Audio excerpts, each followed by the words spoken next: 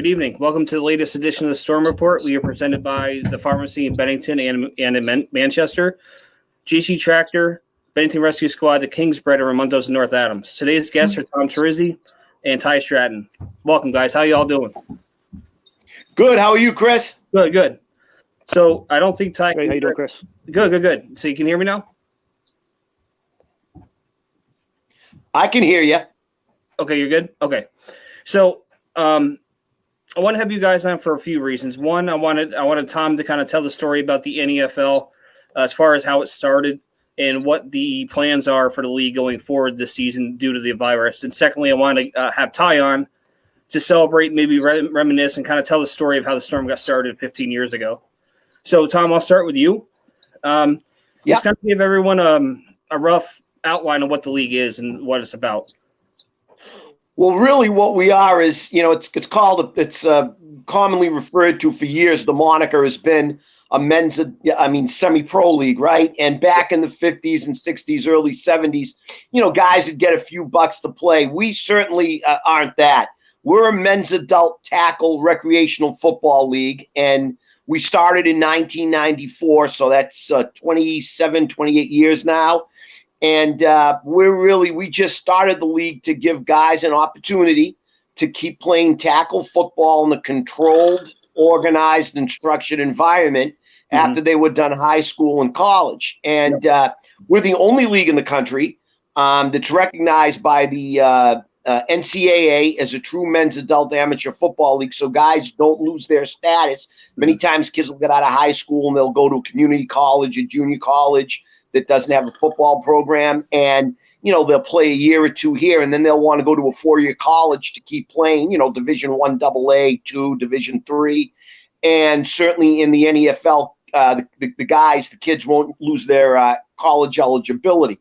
So really, that's gives guys an opportunity to keep playing before they go back to college, and those guys that, again, don't go to college or want to keep playing after college. Right. And so, we just decided, again, in 1994, there was one existing league in New England called the Eastern Football League. And I guess Reader's Digest condensed Cliff's Notes version is, if people even older than myself, and I'm a lot older than both of you fine young men, but people even older than me, I guess the best way to equate it is when the NFL, all through the 50s was really kind of reaching its apex, they were really exclusionary, and it was really tough. They kind of wanted to keep it to their 10 or 12 teams that they had.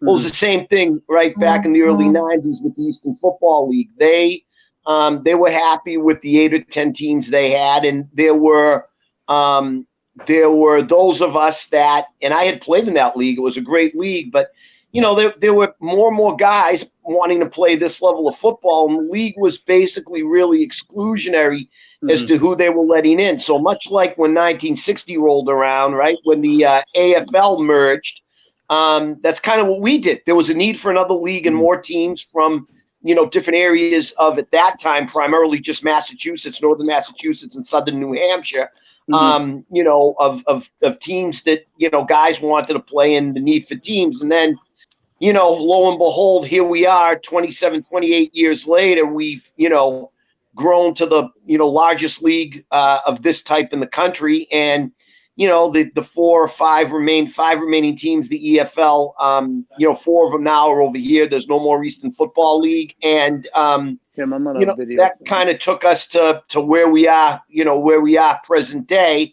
It's just kind of snowballed into this. And, we've been fortunate to have a great bunch of people throughout the years, not just on the board of directors, but also guys like Tighe, who, we've been very fortunate to have, a few guys like him that not only did what he did, bringing, this level of football to the state of Vermont, but he was also a division rep for us, and he tied in that, kind of that northwestern Massachusetts area by, North Adams and that Berkshire area. What he did was it was yeoman's work. He was as a division rep, and we'd had 3 teams in Vermont at one time. We had a team from North Adams, and John Paulin did a great job, but he was really more focused just on that team. And Tighe did a great job of tying it all in together and really solidifying that division.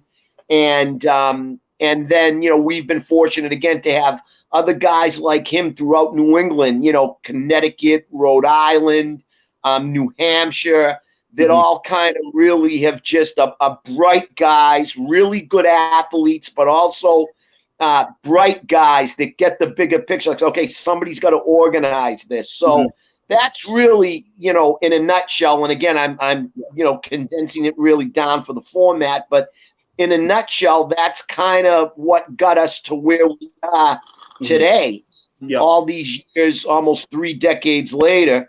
And of course, Vermont is an exceptional area, personally and professionally. We love the area. We love the people, the relationships that we have up there, the way, you guys and the Ravens and Mike and Linda Salmon for the Ravens and Peter no for the Ravens. Yep. And of course, you guys with the Storm, starting with Ty and, and Chris and you guys and Pat Seaver. I mean, just genuinely good people that are always trying to be part of the solution, never part of the problem. So, and we're kind of breaking down the fourth wall here, but, in-house, just Vermont's been one of our gold star areas that we really just thoroughly enjoy going to, watching games, dealing with, the teams, the people, the managers, the coaches, and not to say, hey, it hasn't been difficult, right? And we'll get into it, I'm sure. A little bit. Tom was, boy, he was just yeoman's work he did back in those early days. And, we kind of, extrapolated some of what he did, tying in that whole division up there at a very grassroots level. And we've even kind of, necessity is the mother of invention, right? So we've kind of come up with policies and procedures that, we did years ago up there that's really, kind of helped, formulate other parts of New England where the league is in. Sure. So the next thing I want to kind of chat about is, I know we had a league meeting, I want to say 3rd week of March. And correct. The big news out of that was the league was going to try to make something work. Even with the current virus situation, you want to kind of speak on that about maybe what may or may not happen? Sure. And we're still, we're under the under the impression it is certainly our intention. And we're under the impression that this thing is going to, at some point, we're all going to get back to our normal lives. So we're committed. It's our intention, and we're committed to play a season this year. Typically we kick off, July 18th, and certainly I think that, although that's not off the table, I think that's optimistic. But what we've done was we've kind of put together a subcommittee that consists of 8 people. And they're various, coaches and managers and, board members of the league, people that work at their regular jobs. They work for, they work at the state level. They work at the city or town level. They work within the school departments of their various, cities and towns, municipalities. And then we have our director of officials, Bob O'Reel, who works with the athletic directors all across, Massachusetts. And so, these people are really dialed in directly, at the front lines. They're the kind of primary source. They're getting everything many times even before it goes, public, before the governors or state reps, kind of issue a mandate. So we've put together that subcommittee, and we have a call once a week. Right now, obviously, we're kind of in a holding pattern because at least here in Massachusetts, we knew there was going to be a 2-week period where those numbers were going to spike. It was going to be last week and this week. Right. But at least here in Mass, if things kind of go the way they've gone nationally, across the board, hopefully by not today, but hopefully by next Friday, hopefully those numbers tend to kind of level off and then they start to decline. So really, I think it's going to be, guys, more next week and that particularly that first week of May that I think will give us kind of a better understanding as to at least a preliminary look at a window of what our time frame is could be to possibly start. Sure. And I think right now, what was kind of, and again, we're not, please understand, we're not holding to the state, but at least, kind of one of the first things that was thrown out would be starting the season about a month later, right? About August 8th, because, with Bob O'Reel and some of the athletic directors, and again, this is very preliminarily, so, we all know how these things change, not just weekly, but daily. But at least a couple of weeks ago, with the athletic directors were thrown by Bobby, was that, was their optimistic, and again, we'll know more in a couple of weeks, but at least initially, their optimistic impression was that, they'd like to, at least here in Mass, get the fields for the kids, the fall sports kids at the high school levels back open maybe August 1st, so that, the high school football kids, the soccer kids, the cross country kids, those kids can start, getting back on the fields August 1st. So if that timeline holds for us, then maybe I think that August 18th date, I think that maybe becomes more realistic. But again, I really want to cautiously say, to all the good people watching out there, that that's just very preliminarily right now. That's a very preliminary date, and it's all very, again, preliminary. Right. We'll know more as this thing starts to round into focus. Starting next week, and then certainly by the 1st of May, I think the committee and the board and our teams, right? We disseminate, we send the minutes of these conference calls. We disseminate that information to all our teams. So we're all in this, together, and we can keep our teams abreast. Yeah. I mean, the biggest thing is, the biggest takeaway for me was you guys are prepared to make something happen if it's possible. There's not going to be, it was too much work. That isn't something I'm concerned with. You guys have already done the work and prepared to make moves if necessary. So I think that's the important thing for people to understand is if there's a way, it's, we're going to make it happen. Absolutely. And I think, Chris, is one of the things we had discussed on that I think it was the 28th of March when we had to do the league meeting by the conference call. I think that it's important for us that exactly what you said is we want to be proactive with this thing, right? Not reactive. Yep. And one of the things that we're already doing, Dennis Faulkner, who's the GM of the Worcester County Wildcats, who won the AA last year. You guys had a great game with.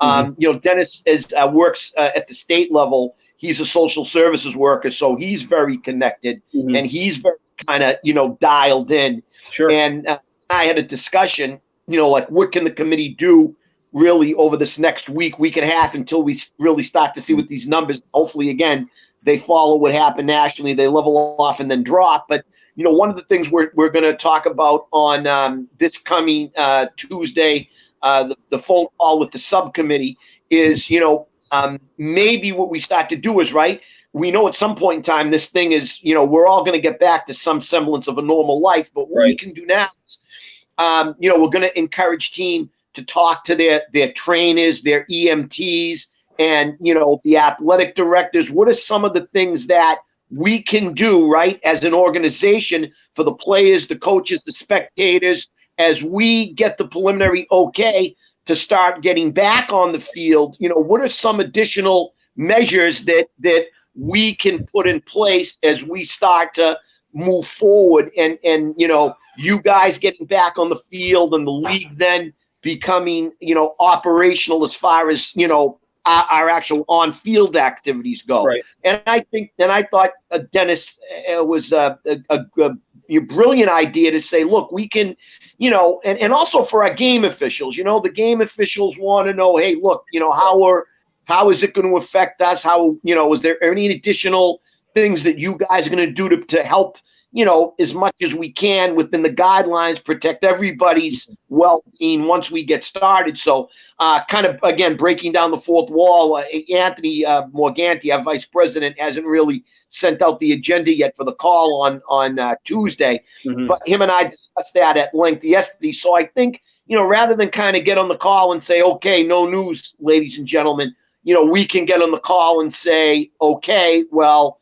here's what we can do. And so, again, things that we can start to be proactive with. And as you said, Chris, we can kind of start maybe putting a system and certain, policies and procedures in place within that system that we can be ready to use once, once we get the all clear. Absolutely. Well, I thank you for kind of taking the time on that. So I kind of want to shift gears and kind of chat with Tighe for a minute. You're more welcome to hang around. Hopefully you can. Sure. So Tighe, I'm going to start with the first question out of the box. When did this whole Southern Vermont storm thing start? Back in 2006, there was an article in the paper, and my stepmom told me about it. Didn't think much of it, I mean, sounded awesome, play some football. I didn't think much of like running in or doing anything like that. I just thought maybe I could find someone that might want to do that. I was more interested in playing more than called number named Christopher, tell me all about it. It was a different league. We weren't in the NFL to start, and he got me started. Basically, taught me everything I needed to know to get everything rolling at first. I did have some business background, so that helped. And I initially just wanted to play, but it turned into a lot more. Yeah, it sure does. But it's a labor of love, as they say. So you had mentioned that the team didn't start out in the NFL. Was it the NIFL? Is that what it was?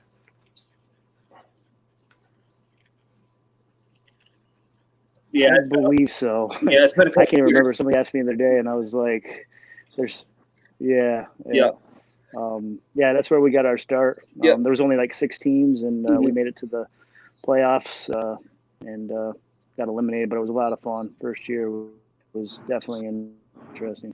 No, certainly. I mean, I didn't see it through your eyes, You but there? Oh, I thought I lost you. Yeah, no, I didn't see it through your viewpoint, but yeah, that was a pretty fun year. The Northeast Knights was a thorn in our side. We lost them 3 times that year, so I remember that. Was there a time that you didn't think that this would work, short term or long term?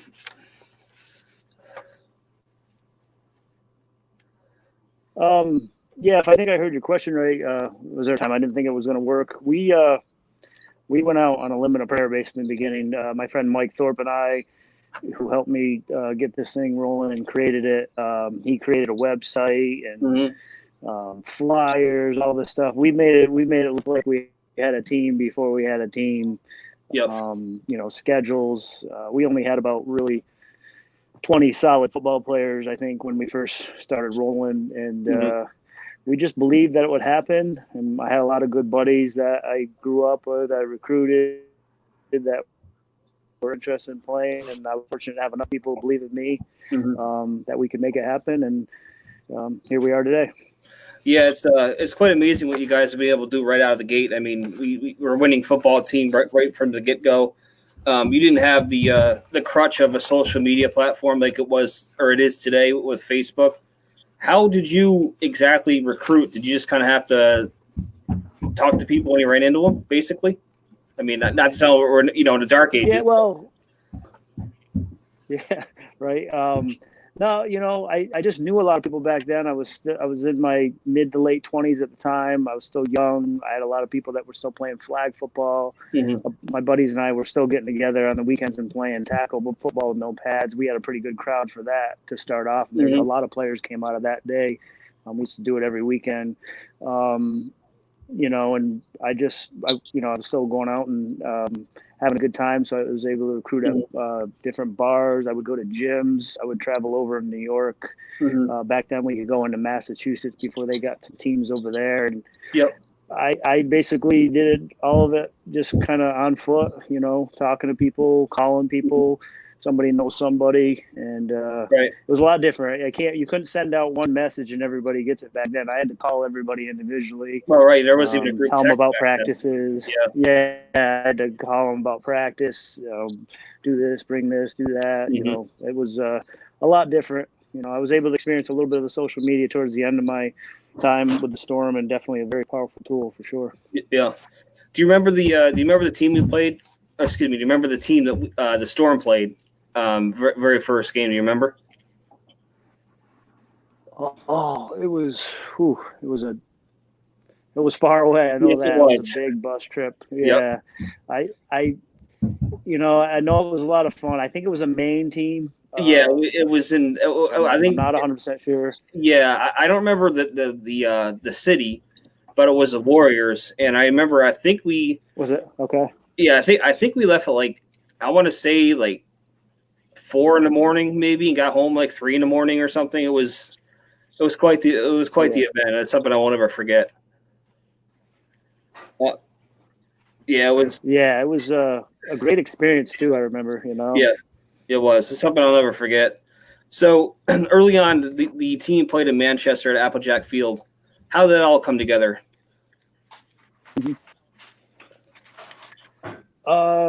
Boy, I got a terrible memory, but I remember hearing about it. It was a brand new field, pretty much. Grass field hadn't been used much. Went up there and met the guy that was running the park. They were really gracious in the beginning, anyway. We had a meeting with them. We told them what we had to offer. They told us all about their facility, we made it work. It was unbelievable experience. I don't remember that. The very first game up there, the crowd we had, the people, the game itself was a really good game. I remember Jim Fisher saving tackle late in the game on a guy trying to do a punt return, and I think we won by 1 or 2 points. It was pretty unbelievable. I'll never forget that game for sure. No, one of the things that I was so impressed with. I mean, full disclosure, I did play in a team when it started. But, I played at a smaller school at Tamarack, and I didn't really think much. We always had decent crowds, but that's one thing that really impressed me really early on, the support that the team had so early. Why do you think that was?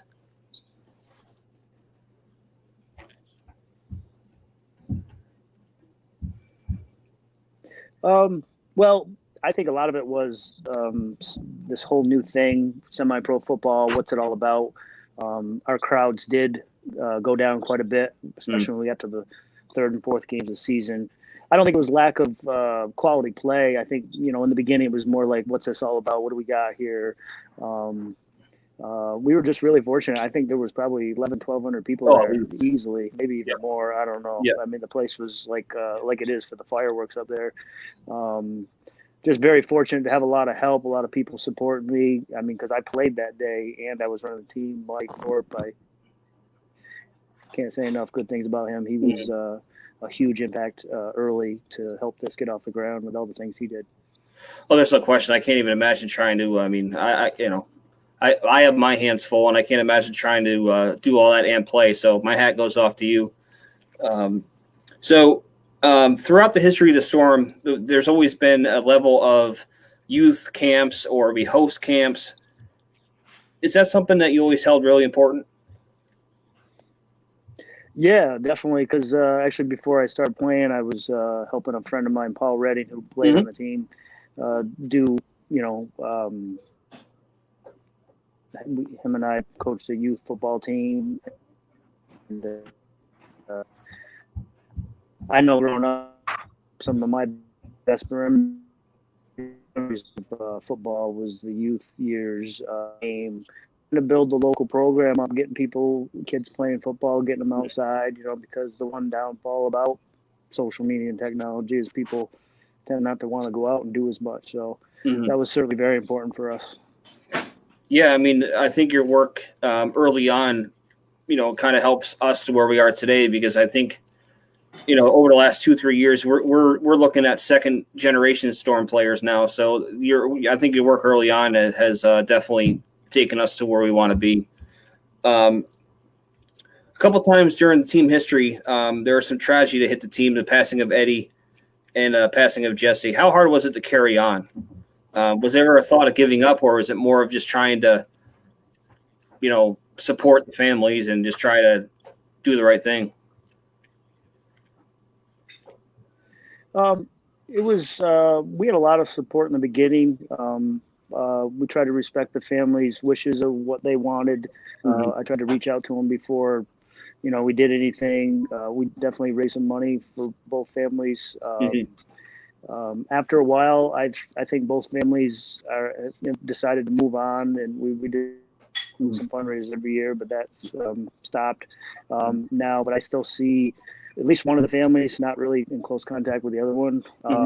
But yeah, those were definitely big tragedies. Ed Bashee and Jesse Roy, very impactful players. Actually, Ed is in the Hall of Fame. Yep. And Jesse pretty much started. I think he might have been first year, if not second year. I think grew second up with year. him. He's a little bit younger than me, but a great kid. Yeah, he was a great kid, and he gave his everything out there. So it was definitely a tough, especially with Ed, with everything that happened right at the practice facility. That was a tough day for everyone involved. Something you don't forget about. But the good thing is he was such a good guy, and so was Jesse. Everyone looks back at them in a real positive light. I mean, I can't find anybody that hasn't said a good thing about both of them, and I'm in that camp. Absolutely. Looking back over the 15 years of the team, what's one of your fondest moments? There's so many, and I have a bad memory, but the biggest one is actually what we were talking about earlier. The very first time I walked on the Applejack Field after not playing football for about 10 years, because I think I graduated in 96 and we started in 2006. So it was 10 years. And walking out there and realizing and looking out in the crowd and just seeing all the family and friends and volunteers that supported me to make it happen, and realizing that it actually was happening. I was going to play football. I was going to one of the bigger things is, you were able to give your buddies an opportunity to continue to play that weren't going to play or didn't think they could ever do it again. So it was just an unbelievable feeling of accomplishment and excitement. That probably was the biggest moment when I first stepped out on the field for the very first time after it was all created. No, you've been, yourself and a handful of people that, were involved with it early on. Obviously Mike Thorpe as well. You guys have made a tremendous impact on the community, and I think that's a big part of where we are today. Back in 2006, did you ever anticipate talking in 2020 about a 15-year anniversary? No, absolutely not. Very proud of you and Pat and the whole crew that you guys have done an unbelievable job. The fact that you guys aren't even from Bennington, and you're able to make this work is incredible. You guys have taken it to the next level, the championship, all the different things that you do with the community, the sponsorships. I follow you guys as much as I can, and very impressed. But I did not see this coming. I lost my passion, as the last few years, just with having kids and different things happening in my life. That's a game changer. Yep. Yeah, so I'm very grateful for you guys, and that right there is huge. Well, I want to thank you for the kind words. Everything we do is because, honestly, not to get into old history, but there was an option for us to go one way or an option to go the other after 2017, and you remember what happened, but when we sat down, we thought about it, and we saw the response that we saw from everybody. There was no way we were going to let this thing slip through, especially with all the work that you did early on, and how much this team means to the community.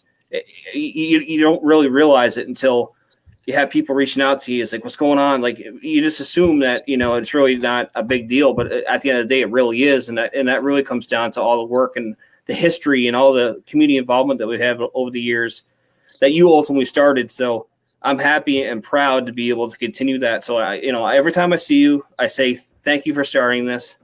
I still mean it, even though sometimes I'm like, why am I doing this? But at the end of the day, guys like yourself and Tom being able to give us a platform to do something we love, and I'm greatly appreciative of that. So thank you both. Well, thank you. And Tom, I didn't hear a word he said in his interview. He was obviously a big impact. We had so many conversations, because we switched over his league the following year, and him and I worked really well together. I'm very appreciative of him, and obviously I'm very thankful for the kind words that you just said. I had a lot of help, though. I definitely cannot take, my wife was a huge impact. My family, both my brother and my father raced cars on the weekends, and they still tried to do what they could. My stepmom, all my brothers, just a lot of different volunteers, people that would come and take pictures. And I look back now, and I don't think I thank those people enough, because, you could say, oh, you created it, but I tell you, it definitely would not have been where it is today. And because I'm sure you guys are getting a lot of that stuff from outside, a lot of help that people are passionate about this, and that's important. Yeah, I mean, like for me, unfortunately, when you're a player, you don't really understand how much you did for everyone, and it wasn't until I got involved with it again that I really understood what it was all about. And unfortunately, I took it for granted. So I'm doing the best I can not to do that now. So again, I thank you for that. And we're trying to hopefully win another championship. And I think we're on the right path. But the biggest thing is just being a positive thing in the community. I think we've done that. So again, thank you guys. I hope to see you soon. Yes, definitely. Thank you guys. I'll let you know your best is pretty damn good, Chris. Yeah. I want to thank both. I want to thank both of you guys, Ty, for the groundwork. Thanks, Chris. Appreciate it. You laid out there and how you've done it, and see you, Tom, thanks. And Chris, I want to thank you and Pat, and you guys. I think Ty touched on it very well. You guys really took a very solid foundation that he put together. And he worked, we used to have him and I used to have our little isms we used to call, right? You can't just work smart. You can't just work hard. You have to do both.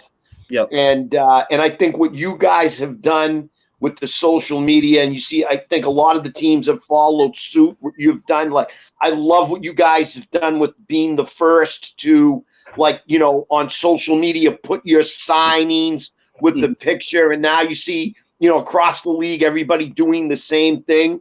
So I just think I really would, and I think Ty touched upon it very eloquently. You guys have taken it to the next level. You've kind of set the standard for what a lot of teams are doing now in social media. Yep. And you guys aren't where you are by accident. That certainly doesn't happen by accident. So I just want to thank you guys for all the support you have given the league. We've always enjoyed being a part of the community up there, and you guys do that very well. So I just want to thank you, and this thing is going to end, right? This virus is going to end, and we're all going to be back to our normal lives or some semblance of it. And it may be in dribs and drabs, but we're going to make sure we get the guys on the field this year, for a season, or at least some semblance of a season. We're cautiously optimistic, and we know you guys will be ready, like the league will be ready, and our teams will be ready. So I want to thank you for having me on tonight. Greatly appreciate it. All right, Tom. Again, appreciate it. Well, I'm sure we will be talking soon. Great. Thank you now. Yeah. Have a good week. Nice. Okay. Bye-bye.